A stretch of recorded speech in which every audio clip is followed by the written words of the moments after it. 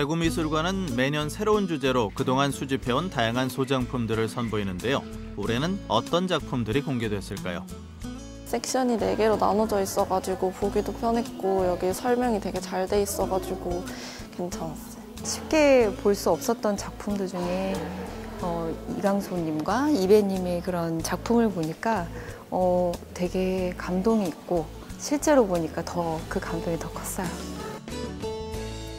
누군가의 잡취를 선으로 이으면 지도가 되듯이 미술관이 걸어온 길을 연결하면 하나의 회화적 지도가 완성되는데요. 지도가 품고 있는 길을 따라 떠나는 전시 여행, 지금 시작합니다.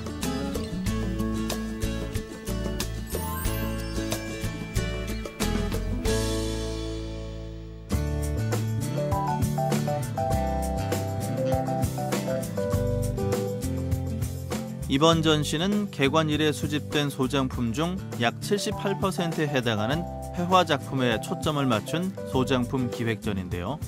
지난 9일 관람객들을 향해 성공적인 첫인사를 건넸습니다. 대구미술관 소장품 수가 1899점을 넘어서고 있습니다. 그래서 회화 작품을 주제를 잘 엮어서 보여줌으로써 대구 미술도 보여드리고 그리고 한국의 근현대 미술의 회화적인 특징들 그리고 구성들을 보여줄 수 있을 것으로 보여져서 이번에 소장품 기획전 주제를 회화, 그중에서도 회화적 지도 읽기라는 주제를 가지고 소장품 기획전을 구성해 보았습니다. 2007년부터 본격적으로 소장품을 모으기 시작한 대구미술관. 1890여 점의 소장품 중 82점의 회화 작품만이 이번 전시 공간을 채웠습니다. 회화 작품들을 가지고 전시를 구성함에 있어서 우리가 지도를 펼쳐 놓을 때는 사실 목적을 가지고 길을 가는 것처럼 이 전시에서 관람객분들이 어떤 목적을 가지고 전시를 한번 주관적으로 읽어보기를 바라는 마음을 좀 담았습니다. 우리에게 자주 소개하지 않은 또는 소개한 적 없는 보석 같은 작품들을 선보이는 자리. 시민들의 관심은 뜨거웠습니다. 전시 볼 생각에 기대하고 떨리면서 왔는데 리플렛을 보니까 제가 평소에 또 좋아하던 이강소 작가님도 계셔서 그거 볼 생각에 또 기대가 더 됐던 것 같습니다. 개인적으로 좋아하는 이배 작가님이랑 이유한 작가님 작품들도 있다 해서 한번 보고 싶어서 왔습니다. 매년 새로운 주제로 소장품 기획전을 갖고 있는 대구미술관. 소장품들은 미술관의 정체성을 나타내기도 하는데요. 더 나아가 지역의 문화와 예술을 완성하기도 합니다. 대구는 근현대 미술에 있어서 그 전통이 깊은 곳입니다. 그래서 대구미술관 소장품에서 회화 작품의 비중이 많다는 것은 대구 미술의 특성을 오롯이 보여주는 부분이라고 생각합니다. 특별히 특정 장르의 비율이 높은 것이 아니라 대구 미술의 역사를 반영하는 당연한 귀결이 아닌가 합니다. 이번 전시는 근현대 회화 미술을 이끌거나 지역을 대표하는 작가 44명의 작품을 만날 수 있는데요. 회화적 지도를 손에 들고 떠나는 첫 번째 길, 상상의 지형학에선 작가가 바라보는 자연의 모습을 엿볼 수 있습니다. 전시는 총 4개의 섹션으로 구성되어 있는데요. 그중 첫 번째는 상상의 지형학이라는 섹션입니다. 아시다시피 자연과 인간은 뗄래야 뗄 수 없는 관계이듯이 화가들 또한 자연을 소재로 하는 작품들을 많이 남겼습니다.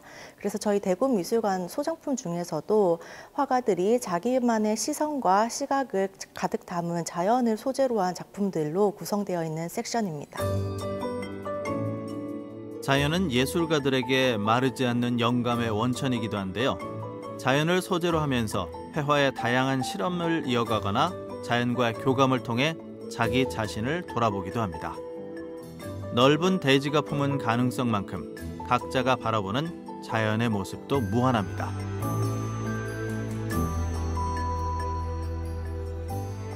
차규선 작가의 본 작품은 자연을 인간의 친구로 함께 공존하는 존재로 여기는 작품입니다. 보시면 마치 추상과 같이 보이실 수도 있는데 흙이라는 소재를 직접적으로 캔버스에 활용을 해서 제작을 하셨습니다. 그래서 마치 지형도 혹은 산의 형상과 같은 모습도 살펴보실 수가 있고요. 그리고 자연과 인간, 자연과 나 사이에 어떤 또 다른 세계를 추구하는 듯한 느낌을 받아보실 수 있습니다.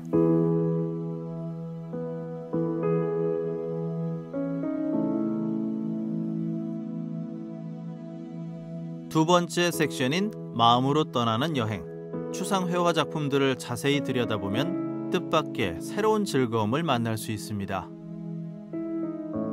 우리는 때로는 계획 없이 추상적으로 어디론가 떠나고 싶은 충동을 느끼실 때가 있으실 겁니다. 두 번째 섹션은 마음으로 떠나는 여행이라는 섹션입니다. 20세기 추상미술은 특정 대상을 그대로 묘사하는 것이 아니라 작가의 마음과 감정을 가득 담은 그런 추상적인 작품들을 다양하게 살펴보실 수가 있습니다. 추상 회화의 작업들은 붓질에 담긴 작가의 독창성이 강조되는데요. 마치 계획이 없는 여행을 떠나는 것처럼 예상치 못한 새로운 효과와 감각을 불러일으키기도 합니다. 네, 지금 보시는 작품은 오세영 작가의 데미안의 심정이라는 작품입니다. 다채로운 색채와 자유로운 화면 구성을 통해서 율동감이 잘 드러나는 작품이라고 말씀드릴 수 있겠습니다. 또 하나 눈여겨볼 점은 작가의 서명인데요. 서명에서 살펴보실 수 있듯이 작가는 한국적인 것을 계속해서 이어나가려고 하는 노력을 이어오셨습니다. 서명이 영문임에도 불구하고 한문이나 그런 과거 고대 문자와 같은 형상을 하고 있는 모습을 살펴보실 수 있습니다.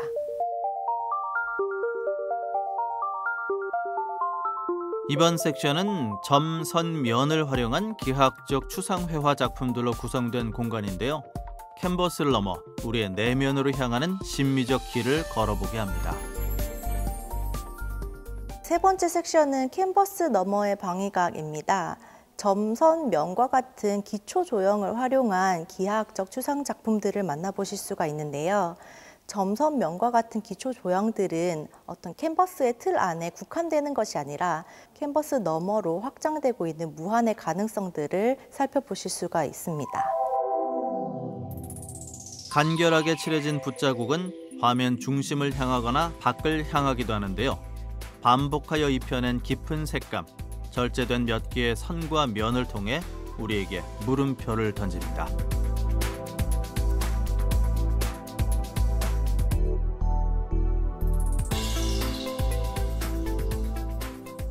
최명영은 회화에 있어서 평면성을 중시하고 작품의 본질에 대한 끊임없는 탐구를 이어나갔습니다.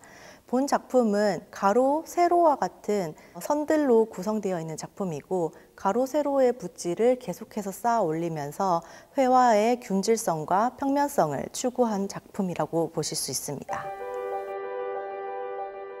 우리는 하나의 작품을 감상함으로써 과거와 현재 등 시간과 공간을 마음껏 넘나들 수 있는데요.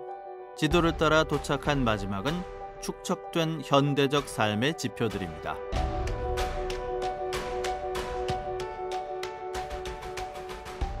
마지막 섹션에서 우리는 조금 더 현실로 내려온 작품들을 살펴보실 수 있습니다. 철학자 샤를 보들레르는 회화는 현대성을 띄어야 한다.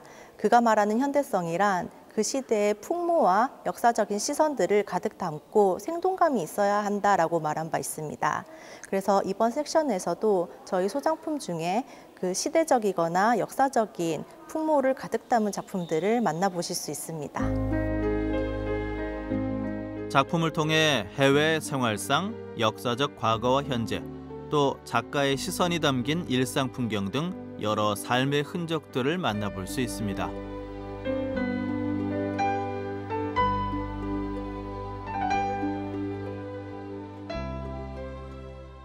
본 작품은 박자연 작가의 일상인이라는 작품입니다. 굉장히 사실주의적으로 보일 수 있는 본 작품을 가까이 가서 살펴보시면 잉크펜을 활용한 점묘법으로 완성된 작품인데요. 한 작품을 완성하기 위해서는 굉장히 많은 시간과 노력이 투자되는 노동지박적인 작품이라고 보실 수 있겠습니다.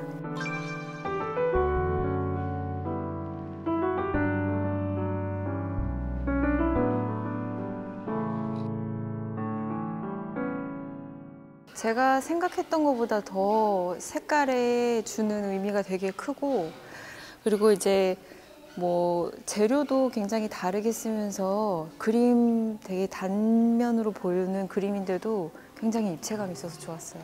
평면 작품들을 이렇게 전시한 부분이 있었는데 그런 대칭되는 점이나 선이나 면들을 보니까 요즘 또 스트레스가 많았는데 마음이 편안해지고 안정감을 느낄 수 있는 그런 시간이어서 그 기획 부분들이 좋았습니다. 최근 들어서 소장품을 바탕으로 하는 기획전을 저희가 꾸준히 하고 있습니다.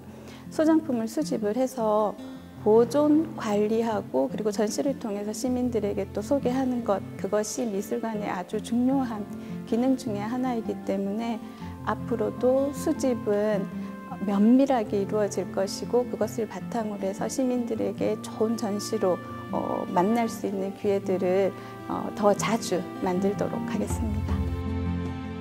따뜻한 봄날, 회화적 지도를 따라 다양한 작품들이 품고 있는 이야기를 만나본 특별한 전시. 이번 주말 대구미술관에서 설렘 가득한 여행길을 떠나보는 건 어떠신가요?